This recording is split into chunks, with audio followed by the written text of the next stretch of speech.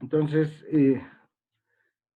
el sistema monetario internacional, en realidad, es bueno que mencione como una introducción, no es una entidad formal, o sea, no es un organismo internacional, sino más bien es el resultado de un proceso de evolución que casi ha llevado 200 años y que de alguna manera permite que se genere el intercambio comercial entre los países, ¿ya?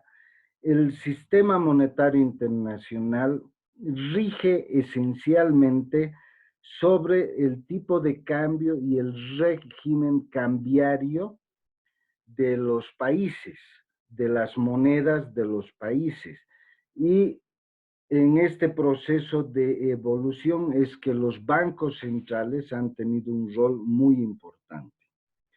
Fíjense, hace unos 200 años más o menos, cuando empezó a hacerse más fluido el comercio entre los países y al mismo tiempo los países empezaron a consolidarse formalmente como estados y crearon lo que son los bancos centrales como únicas entidades autorizadas en cada país para, por un lado, generar y crear el dinero legal de cada país y por el otro lado administrar la política monetaria de un país, es que se inició la construcción todavía rudimentaria de lo que después se ha convertido en el moderno sistema monetario que nosotros conocemos.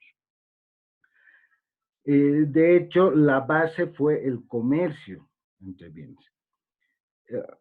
Pónganse a pensar que si no existiera este sistema y que si no existiera el régimen cambiario y que si no existiera un acuerdo entre los países a través de sus bancos centrales para realizar el intercambio de valor de las monedas, el comercio internacional estaría basado en un simple trueque de mercancías, lo cual realmente generaría muchos problemas.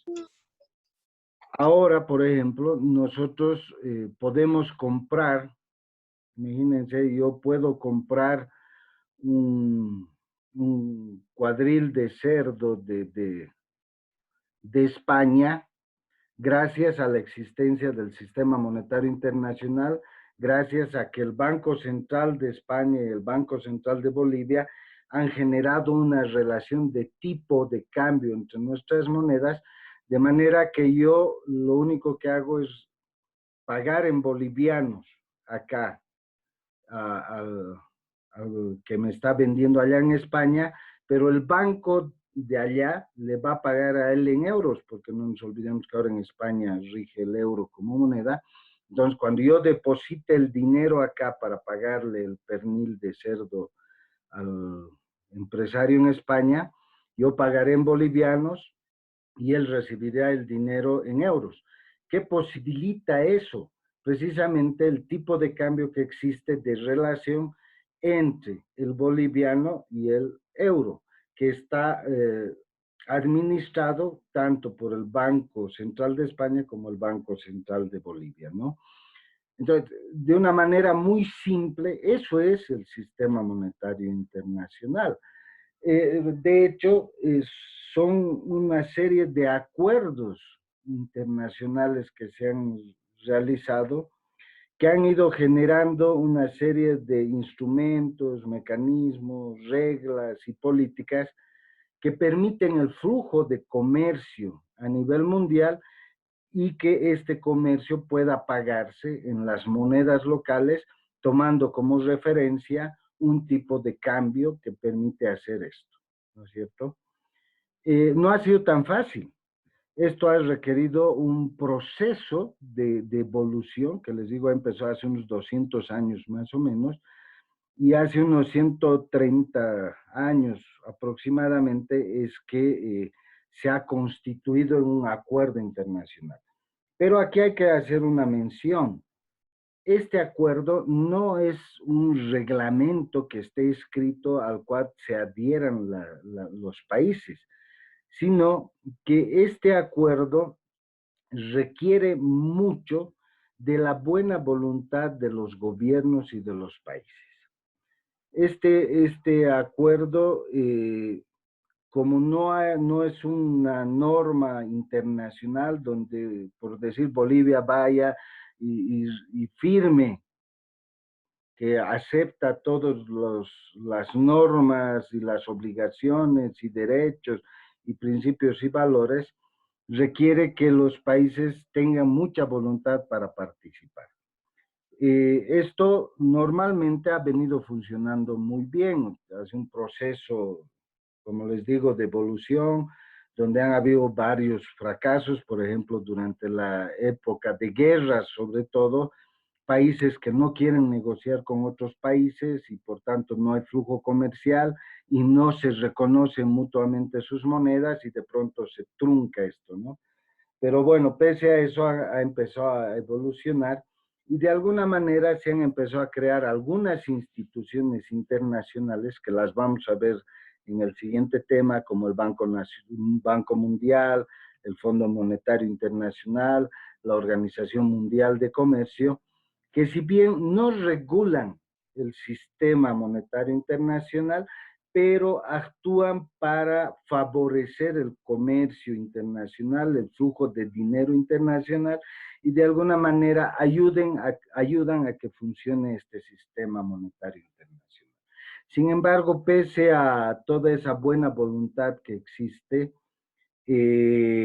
no todos los países del mundo están adscritos y no todos los países del mundo participan de este sistema ni sus monedas de estos países no son consideradas en el mundo como monedas, o sea, no tienen ningún valor, son simplemente papeles.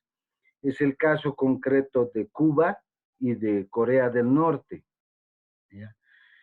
Si bien internamente estos países tienen sus monedas, para el resto del mundo esas monedas no tienen ningún valor. Y esto es porque, bueno, estos países han tomado una decisión política, gobiernos totalitarios, que son dictaduras, básicamente, que se han aislado. El caso de Venezuela está sufriendo un proceso similar. El peso venezolano está, que es el bolívar básicamente, está depreciándose o devaluándose de tal manera que está empezando a perder valor y que ya en el contexto internacional los países ya no toman como referente esa moneda para ver el tipo de cambio, sino se está viendo otro tipo de mecanismos todavía, como el barril de petróleo, como una referencia para el intercambio con Venezuela. Pero debido al régimen, a la dictadura que actualmente tiene Venezuela, es muy probable que corra el mismo camino que tiene Cuba y Venezuela y que termine aislándose totalmente del mundo con lo perjudicial que es para su población, ¿no? Cuba y Corea del Norte están considerados como los países con mayor pobreza del mundo, aunque ellos manejen otro discurso, pero la realidad es diferente. Pero bueno, eh, fíjense que el sistema monetario internacional entonces lo que hace es básicamente permitir que los países interactúen y para esa interacción se necesita que exista mucha voluntad de estos países. ¿Y cuál es la forma en la cual en la práctica interactúan? A través del tipo de cambio, ¿no? ¿Y qué es el tipo de cambio? Es cuánto vale una moneda respecto a otra moneda. Eh, como esto es bastante voluntario, el sistema monetario internacional puede tener, sobre todo en épocas de crisis muy fuertes que están relacionadas a guerras, niveles de altísima volatilidad en las principales variables económicas, macroeconómicas sobre todo, que pueden hacer que los tipos de cambios y precios sufran unas alteraciones muy, muy grandes, ¿no? Pero bueno, de alguna manera, ya con el tiempo, con la experiencia y la participación de instituciones como el Banco Mundial, el Fondo Monetario Internacional, la Organización Mundial de Comercio, a la cual sí están adscritos prácticamente todos los países del mundo, de alguna manera estas instituciones ayudan que esa desvoluntad, llamemos, que tenga un país para comerciar con otro, que baje de tono y se permita de alguna manera el flujo comercial para no perjudicar a sus poblaciones. De hecho, el tipo de cambio se convierte en la base principal para que se puedan generar estos flujos de comercio. Ahora, esto, les decía, ha sufrido un proceso muy, muy interesante de relación. ¿Cómo básicamente se generaba y se generan los tipos de cambio? Como el tipo de cambio lo que hace es facilitar el comercio entre un país y otro, entonces al inicio, les estoy hablando de hace como 200 años atrás, antes de que ya haya una cierta formalidad y acuerdos y ya se tomen referentes promedios ahora, eh, cuando un país enviaba mercancía a otro país, entonces hablaban entre los bancos centrales, ¿no? Para ver y decir, bueno, yo te estoy mandando este tipo de, de bienes y productos a tu país que cuestan tanto en mi país, en mi moneda local, y bueno, ahora yo te estoy mandando a ti y cuánto me pagas en tu moneda local, y empezaba una negociación para fijar un tipo de cambio. Esto al principio era muy arbitrario, pero después más o menos se llegó a un acuerdo en base a lo que son las compensaciones. ¿Y cómo funciona esto? Bueno, un país manda una cantidad de bienes y productos a otro país, pero también recibe bienes y productos de ese país. Y de alguna manera lo que se empezó a ver es que el país que mandaba mayor cantidad de productos tenía una moneda más fuerte respecto al país, al otro país que mandaba una menor cantidad de productos a ese país, ¿no? Pero aún así, habían algunos conflictos entre los países porque decían, no, pero mi moneda vale más o mi moneda vale menos, etcétera. Y ocurrió algo que es muy interesante, más o menos hace unos 150 años atrás.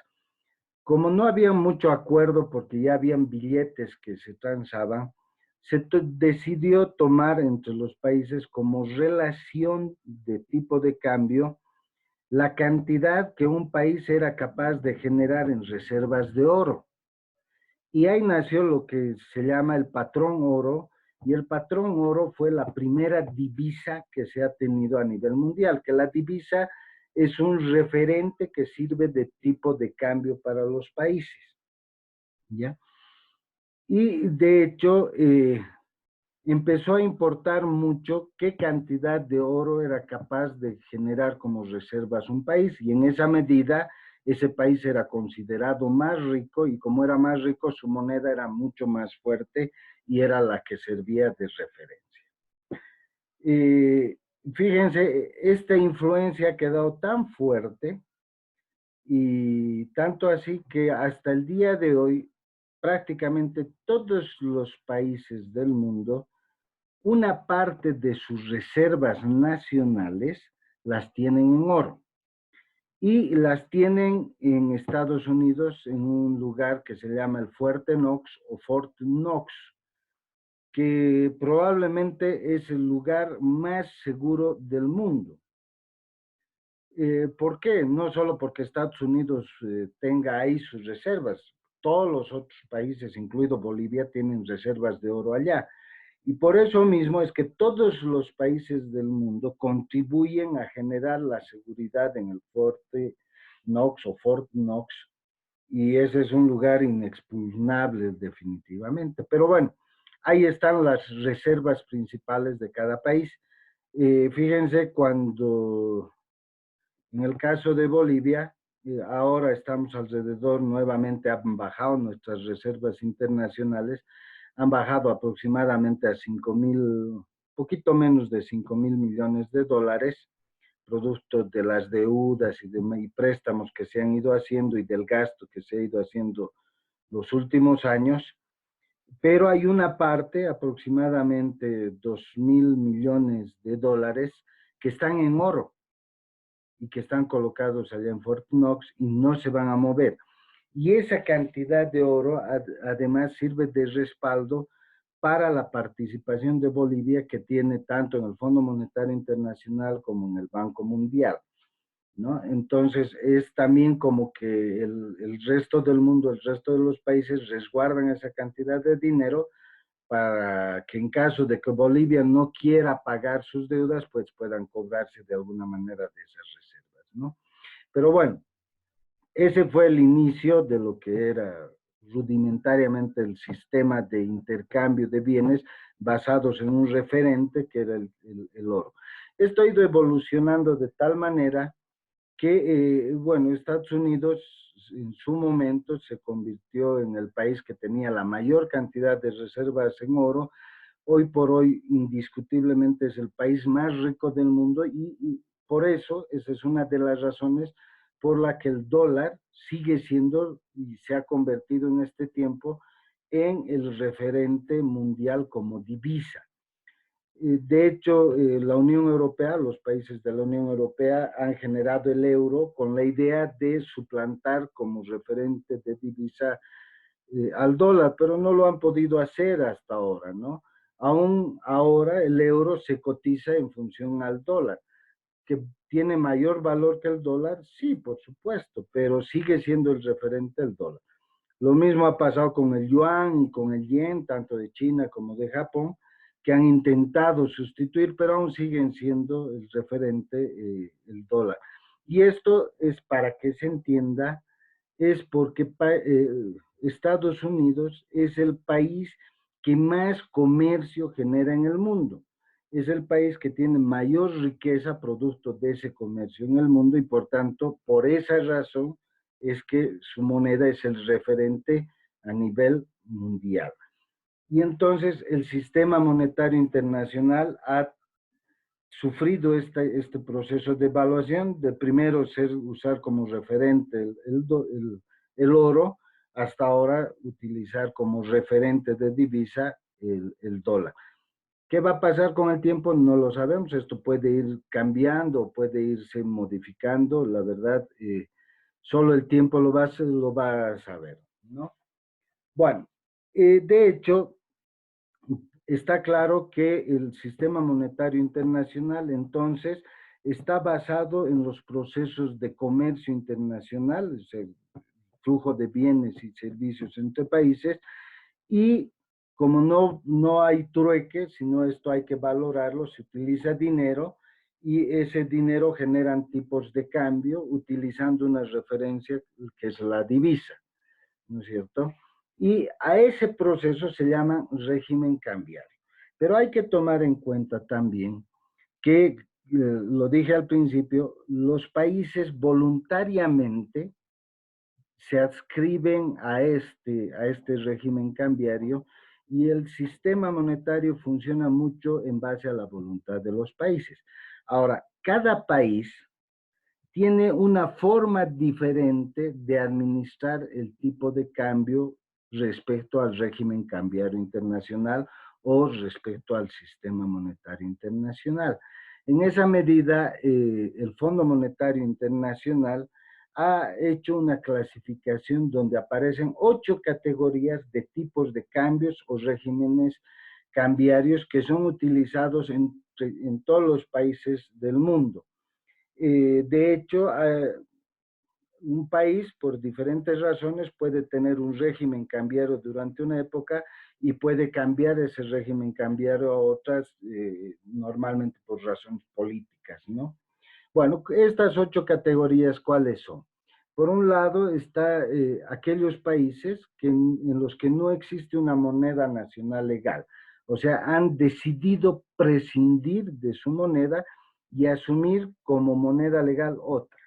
El caso de Ecuador es un típico ejemplo donde ya no existe el peso ecuatoriano, ya no tiene una moneda legal, y han asumido el dólar como su moneda nacional, ¿no? En realidad no su moneda nacional, sino la moneda de pago de uso frecuente. Pero en el Ecuador, el Banco Central del Ecuador no emite dólares, porque se utiliza el dólar estadounidense.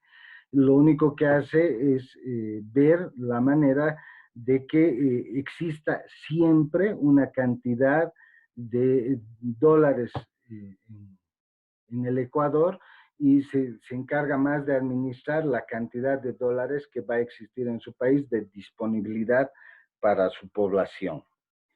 Luego existe una otra modalidad que es el Currency Board o Consejo Monetario, que en realidad lo que hacen estos países es tomar como referente una moneda y en base a esa moneda ellos devalúan o revalúan su moneda, ¿no? En base al comportamiento de esa moneda. Hay casos especiales como Finlandia, por ejemplo, o algunos países como Kazajstán, que toman como referencia, en un caso Finlandia toma como referencia el dólar, Kazajstán toma como referencia el rublo ruso y fijan el valor de su moneda en función a los cambios que tiene esta otra moneda. Aunque manejan su moneda nacional, pero la devalúan o revalúan en función a lo que hace la otra moneda que sirve de relación, ¿no? Luego hay otro tipo que es la moneda nacional pegada a una moneda en específico o una canasta de monedas. Esto es el caso sobre todo de algunos países europeos y asiáticos que toman como referencia o un promedio de monedas o una moneda en específico y su moneda local la mueven exactamente al mismo ritmo que esa moneda. O sea, el Banco Central lo que hace es que si por decir toman como referente el dólar y el dólar se devalúa, inmediatamente ellos bajan su moneda, el valor de su moneda, la devalúan exactamente en la misma proporción que ha bajado el dólar, ¿no? Esa es otra manera en la cual se administra el régimen cambiario. Luego hay una modalidad de esta que es la moneda nacional pegada, pero dentro de bandas horizontales. ¿Qué es esto? Si bien están pegados a la devaluación o a la revaluación de una moneda, estos países fijan límites superiores e inferiores. Entonces, si la moneda de referencia baja más o sube más en valor del límite que ellos han fijado, ellos solo mueven la moneda hasta ese límite, ¿no?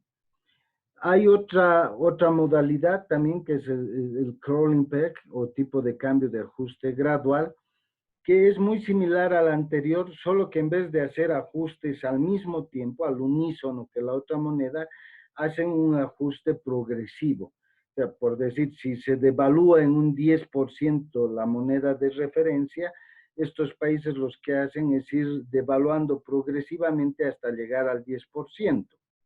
Es interesante esto porque podría darse que en el proceso de ir devaluando progresivamente la otra moneda se revalúe, entonces ya no se devaluarían hasta ese 10%, sino solo hasta que alcanzan el nuevo valor de la moneda de referencia, ¿no? Un otro tipo de régimen cambiario es el tipo de cambio fijo, donde el Banco Central determina cuál es el tipo de cambio. Ese es el caso de Bolivia, que lo vamos a ver un poquito más adelante. Existe un tipo de cambio que se llama flotación administrada sin una ruta anunciada. Este es un caso muy especial que caería dentro de aquellos países que hacen una administración de su tipo de cambio un poco arbitraria.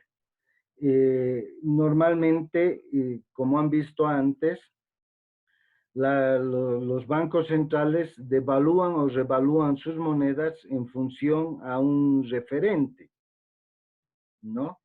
En este caso, la devaluación o revaluación de la moneda la harían de manera arbitraria, o sea, sin un criterio, digamos, ligado a otras monedas, sino más en función a una política interna del país, independientemente de lo que ocurra al otro lado.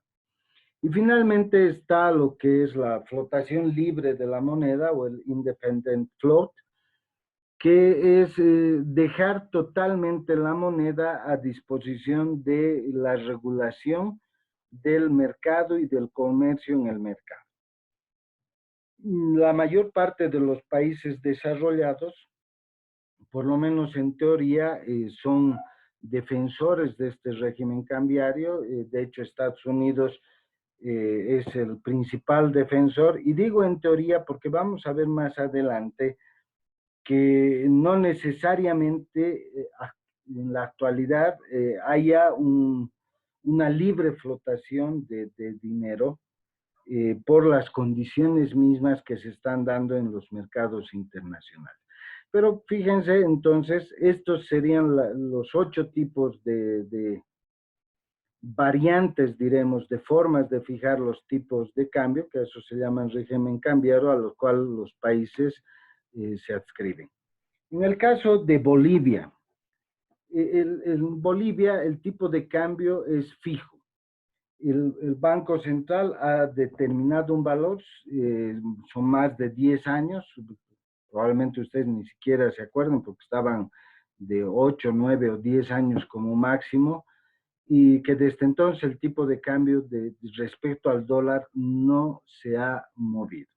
Y esto es simple y sencillamente porque es una disposición más de tipo política para generar y respaldar una política fiscal del gobierno, intentando generar una estabilidad monetaria. En su momento esto fue muy interesante. ¿Por qué? Porque cuando se fijó el tipo de cambio fijo, que es el que conocemos ahora, 6.97, Bolivia inició un camino de gran explotación de recursos hidrocarburíferos. Y Bolivia ha recibido más de 100.000 millones de dólares de ingresos por ese efecto. Si es que no se fijaba ese tipo de cambio en ese momento, lo más probable es que hubiera habido un proceso de inflación en Bolivia que hubiera hecho que el dólar empiece a subir, y probablemente ahora estaríamos con 10 o 12 bolivianos el dólar, y no habría habido un efecto de riqueza que ha habido en su momento en Bolivia, que permitió generar hasta cerca de 17.000 millones de reservas internacionales en Bolivia, ¿no? Bueno, lastimosamente todos sabemos que esa época de bonanza ha terminado, y que lo único que se ha hecho ha sido despilfarrar y gastar el dinero en montones de cosas no productivas, no útiles, y pensando que esa valoración altísima de los hidrocarburos iba a seguir durante mucho tiempo, y no es así. De hecho, cuando empezó a caer, esto hace unos 4 años más o menos, el precio de los hidrocarburos a nivel internacional, eh, si bien al inicio se generaba un superávit en la balanza comercial de Bolivia, lo que permitía generar reservas internacionales, y eso permitía mantener un tipo de cambio fijo, los últimos 4 años hemos empezado a perder las reservas internacionales de casi 17.000, ahora estamos en poco menos de 5.000 millones, pero además se empezó a generar un déficit fiscal cada vez más alto. Y parte del déficit fiscal es precisamente seguir manteniendo un tipo de cambio fijo. O sea, si bien el mantener el tipo de cambio fijo está frenando que se descontrole la inflación en Bolivia, pero al mismo tiempo le está generando un gran déficit al país que cada vez se hace más grande. De hecho, yo calculo que en los próximos 5 años sí o sí se va a tener que hacer una devaluación de la moneda para de alguna manera compensar el déficit que tenemos a nivel nacional o eventualmente esperar que haya un cambio en los precios de los hidrocarburos en el mundo para que ese déficit sea compensado por un excedente de ingresos por ese concepto. ¿Por qué solo los hidrocarburos? Pues porque lastimosamente Bolivia no ha cambiado su raíz productiva, seguimos siendo dependientes de los hidrocarburos y del valor de los minerales. Pero el valor de los minerales no tiene mucho efecto ahora, como en el pasado, sobre el Producto Interno Bruto, y el principal aportante es los recursos de hidrocarburos, ¿no? Bueno, pero esa es así como está nuestra Bolivia. La pregunta que uno siempre se hace, bueno, hemos visto 8 tipos de regímenes cambiarios que van desde los fijos, que se aplican en Bolivia, hasta los flexibles, que en teoría se aplican en Estados Unidos, pero en ese medio vamos viendo 8 otros tipos con modalidades de ajustes progresivos. ¿Cuál es el mejor? ¿Cuál de los regímenes es el mejor? Hasta más o menos finales de los 90, principios del siglo actual, se pensaba que el mejor modelo era el neoliberal, o sea, aquel que permite liberar totalmente el tipo de cambio a los flujos del mercado. Más comercio, el tipo de cambio se hace más flexible. Si, por ejemplo, como Bolivia, nosotros empezaríamos a producir mayor cantidad de bienes que los llevamos a Estados Unidos, como aumenta nuestra cantidad de bienes que estamos comercializando proporcionalmente a lo que recibimos, podría generar una revaluación de nuestra moneda, lo que haría que el tipo de cambio sería más favorable para Bolivia y podría bajar el tipo de cambio. O a la inversa, si nosotros empezamos a importar más de otros países respecto a lo que exportamos, entonces nuestra moneda, para compensar ese gran flujo de bienes que vienen de otro lado muy baratos, tendríamos que devaluar nuestra moneda de manera que el valor de nuestra moneda baje y por tanto los productos de otros países que vienen en otra moneda sean un poco más caros aparentemente, lo cual frenaría de alguna manera las importaciones y haría pero que nuestra moneda se devalúe, o sea, el tipo de cambio sea desfavorable para nuestra moneda. Después de eso, debido sobre todo a que muchos países, sobre todo del tercer mundo y algunos países como Francia o Alemania, Grecia, incluso Italia, tuvieran grandes crisis sociales. ¿Por qué? Porque la liberación excesiva del mercado hizo que la brecha entre los pobres y los ricos sea mucha más grande, ¿no? Entonces había gente mucho más rica y gente mucho más pobre, y que esa brecha se hacía cada vez más insalvable. Y de ahí que surgen una serie de movimientos progresistas basados en discursos extremos populistas, que son de izquierda básicamente, como los que hemos estado viviendo los últimos años en Sudamérica sobre todo, que lo único que al final han generado es instalar dictaduras a título de reivindicaciones sociales, pero que en lo económico hizo que se ponga de moda el poner los tipos de cambio fijos o semifijos que tengan muy poca flexibilidad, ¿no? El caso de Bolivia, de Venezuela, Argentina, en su momento Brasil, Colombia, que hicieron eso, ¿no? Y de alguna manera eso permitió controlar el flujo de comercio que se recibía de afuera, pero también controlar el comercio que salía de los países hacia afuera. Ha traído una sensación de estabilidad al interior de los países, pero que no ha permitido un crecimiento real de las economías.